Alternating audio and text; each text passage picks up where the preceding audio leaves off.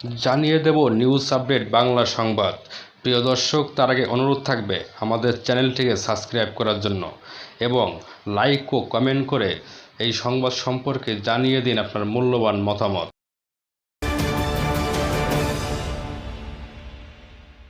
কুমিল্লার আদর্শ সদর উপজেলার দলীয় কোন্দলের জেরে বিএনপি প্রতিপক্ষের হামলায় অন্তত 6 জন আহত হয়েছেন। গতকাল শুক্রবার রাত 9:15টার দিকে উপজেলার দুর্গাপুর এলাকায় দিঘির পাড়ে এই ঘটনা ঘটে। গুরুতর আহত 3 জনকে কুমিল্লা মেডিকেল কলেজ হাসপাতালে ভর্তি করা হয়েছে। অন্যরা কুমিল্লা সদর হাসপাতাল সহ বিভিন্ন জায়গায় চিকিৎসা নিচ্ছেন। হামলার শিকার বিএনপির নেতা কর্মীদের ভাষ্য, 17 সেপ্টেম্বর কুমিল্লা টাউন হল মাঠে বিএনপির গণতন্ত্র দিবসের সমাবেশে যাওয়াকে কেন্দ্র করে আদর্শ সদর উপজেলায় বিএনপির আহ্বায়ক রিজাউল কাইয়ুমের নেতৃত্বে এই হামলা করা হয়েছে। তবে বিএনপি নেতা রিজাউল কাইয়ুম এই অভিযোগ অস্বীকার করেছেন। উপজেলা আহ্বায়কের পাশাপাশি রিজাউল কুমিল্লা দক্ষিণ জেলা বিএনপির যুগ্ম আহ্বায়কের পদে আছেন।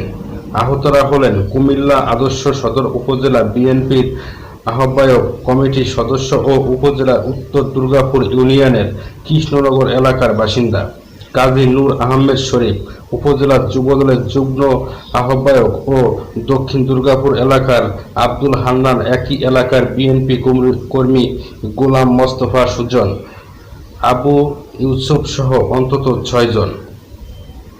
17 সেপ্টেম্বর কুমিল্লা নগরের টাউন হল মাঠে বিএনপির কুমিল্লা বিভাগীয় গণতন্ত্র দিবসের অনুষ্ঠান ছিল। সেখানে কেন্দ্রীয় ও স্থানীয় জ্যেষ্ঠ নেতারা বক্তব্য দেন।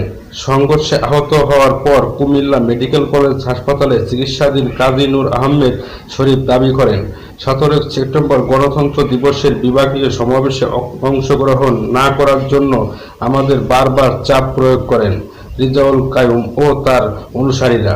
এরপর আমি 3 মাস নেতাকর্মী নিয়ে ওই সমাবেশে যোগ দিয়েছি। রিজাউল কাইয়ুম অজ্ঞাত কারণে দলীয় সমাবেশে যাননি। তার নির্দেশ অমান্য করায় আমরা উপর ক্ষিপ্ত হয়ে ওঠেন, যার সর্বশেষ পরিণতি শুক্রবার রাতে আমার ব্যবসা প্রতিষ্ঠান ও দলীয় কার্যালয় এবং আমাদের উপর হামলা।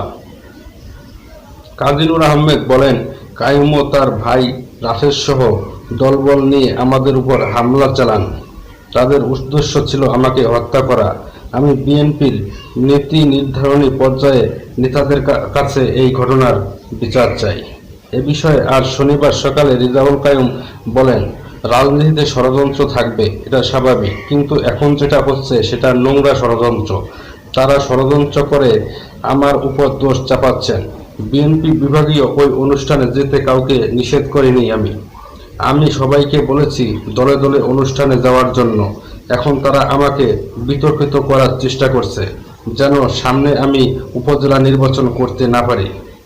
কেন্দ্রীয় বিএনপি ত্রাণ ও পুনর্বাসন সম্পাদক এবং কুমিল্লা দক্ষিণ জেলা বিএনপির আহ্বায়ক আমিন উর রাশিদ ইয়াসিন বলেন, আমরা বিষয়টি খোঁজ নিয়ে বিস্তারিত জানার চেষ্টা করছি।